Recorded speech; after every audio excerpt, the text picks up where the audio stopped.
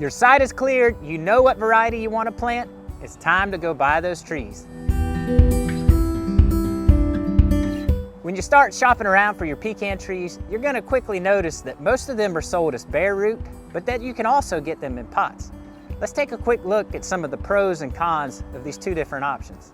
When you go the potted route, you have the advantage of being able to plant at your convenience. That soil is packed in around those roots in the pot, and as long as you keep it moist, you can really just leave those things out on your porch or have them out beside your barn, and you can just get them planted when it works for you. If you go with bare root trees, you definitely give up the convenience of planting at your own schedule. The nurseries are only going to distribute those trees during their dormant season, which is December through March. And when you get those trees, you need to get them in the soil as soon as possible. The nurseries will make attempts at wrapping the roots in moist sawdust or paper towels or something like that, but you're really operating on borrowed time here. You need to get those trees planted. It's important to remember that the convenience of potted trees does come at a cost.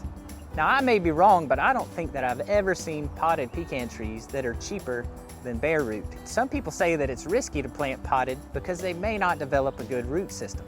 When you look at the two root systems side by side, you can definitely see a difference in the two. The bare root trees often got a nice little taproot going, and they require very little trimming when you're planting them. That potted tree, on the other hand, often gets inbound, and it kind of takes a lot of fluffing, and you have to trim back that taproot so you get those things headed down in the right direction. Otherwise, you may have an inferior tree when that matures and begins bearing a heavy load. As a matter of fact, that potted tree that I bought to shoot this video, it didn't even have a taproot to speak of.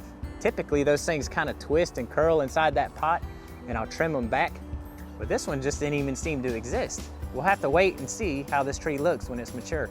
With all that being said, what is the best way to go? The answer is, what works for you? Me personally, I like to save money. I put bare root trees in my orchard. I will say though, the ones that failed or didn't make it through the winter, I replaced them with potted trees. It's hard to pass on that convenience. If you need help selecting your varieties or planting your trees, be sure and check out some of our other videos. I'm Silas Dudley. Thanks for watching the Nut Dynasty, but thanks for checking out the BagANut channel in the Nut Dynasty playlist about small orchards. Drop the comments below, let me know if you figured it out.